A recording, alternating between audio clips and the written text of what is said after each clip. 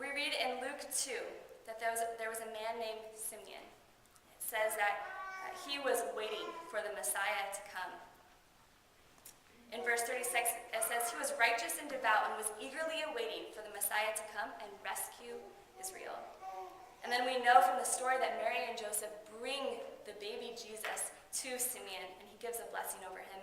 And he says to God, Sovereign Lord, now let your servant die in peace, as you have promised. I have seen your salvation. So even Simeon kind of joins the ranks in waiting.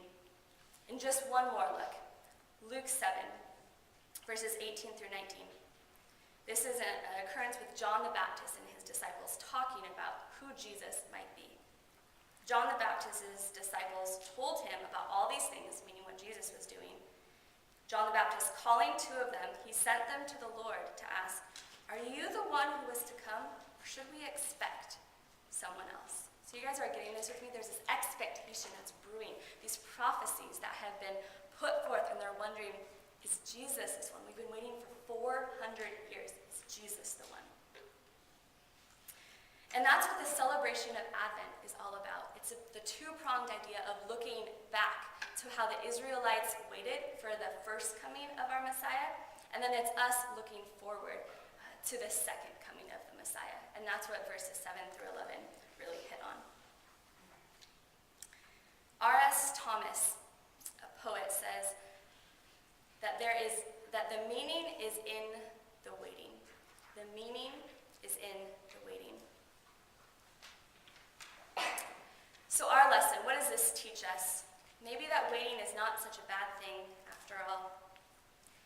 We're not necessarily waiting on the circumstances, but we're waiting on the one who is to come. We're not waiting on the what, but we're waiting on the who.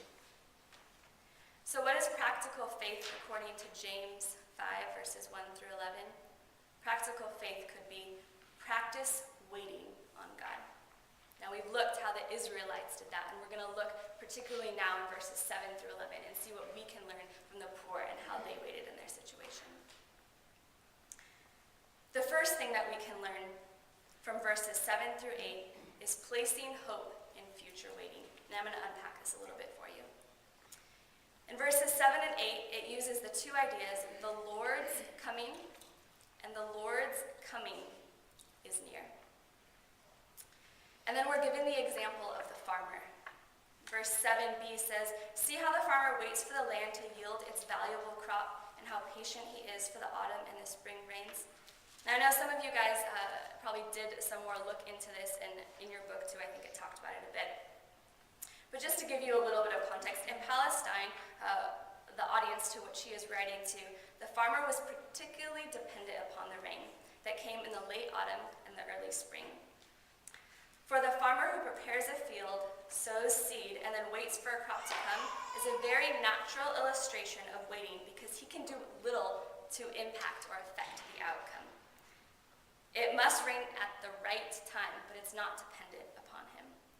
And so what James is telling us is that many Christians must patiently wait for the Lord's return as well. I was talking about this passage with my roommate, Jonna Lee Henderson. Some of you know who she is. She attends church here and works with the 56ers. Some of your kids may have been through her program. She is a farmer. She does almonds and peaches on her farm. And I was asking her for more perspective, because obviously I don't have a farm at all, I don't garden at all, and it's hard for me to really implant myself in the farming analogy when I'm not in it at all. And what she was telling me is actually this week in particular is when the government will decide how much water to allot the different farmers for this coming year. And so we know that it hasn't rained very much at all. There's been very, very few days of rain. And honestly, I don't think about it very often because it doesn't readily affect me. Usually I'm more happy because I don't get wet, and it's easier for me to commute places and to walk places. But obviously it really impacts those in the farming industry. And so if you get a lot of rain in any one particular year, the government can give you up to 100% of the usual water ratio that they give you. But obviously if that source is depleted, then it's much less. So there is fear in the kind of the farming community that they might just be giving 30%. And this week is the week that the government will kind of announce that decision that's to be made. And I was asking her, how do you deal with that? Because that really is, her livelihood, and a lot of people, a lot of workers are kind of dependent upon this and her decision making too. And Jonalee has such a strong faith in the Lord, and she was telling me about how kind of in the farming industry, what she has noticed is that there is this real, authentic, genuine faith that a lot of the farmers do have. She was at a convention recently, and she was saying how so many of them are talking about the Lord, and not just kind of in a frivolous, like, we know the Lord, or we go to church or whatever, but because they really are dependent upon Him for the rains to come, or for it not to snow and freeze everything over, or for the winds and all these different elements that we don't really think of very often, but they are dependent upon the Lord. And so she always comes away from these conventions not just with new knowledge, but she's actually super encouraged in her faith because of the farming community. I thought that was really neat. I wouldn't have ever known that before.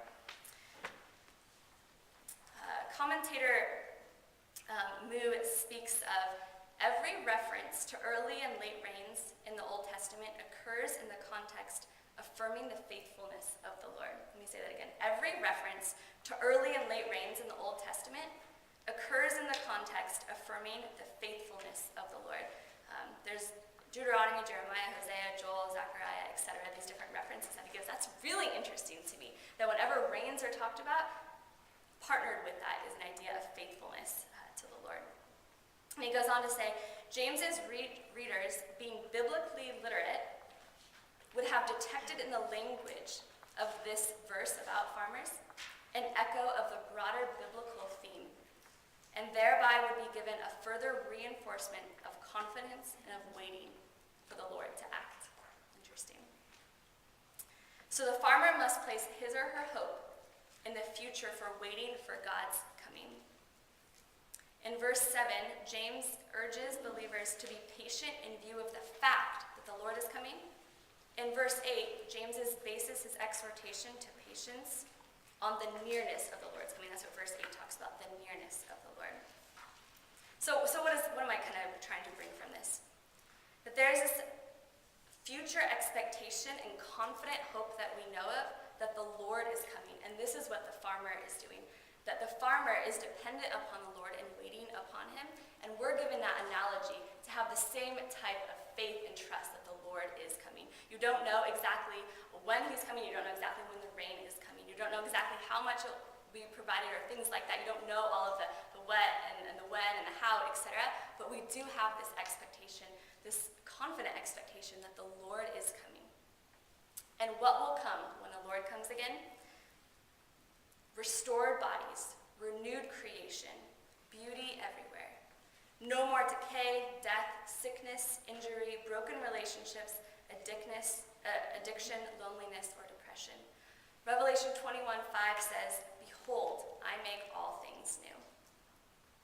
So I told you that the idea of practical faith, according to James 5, is practice waiting on God.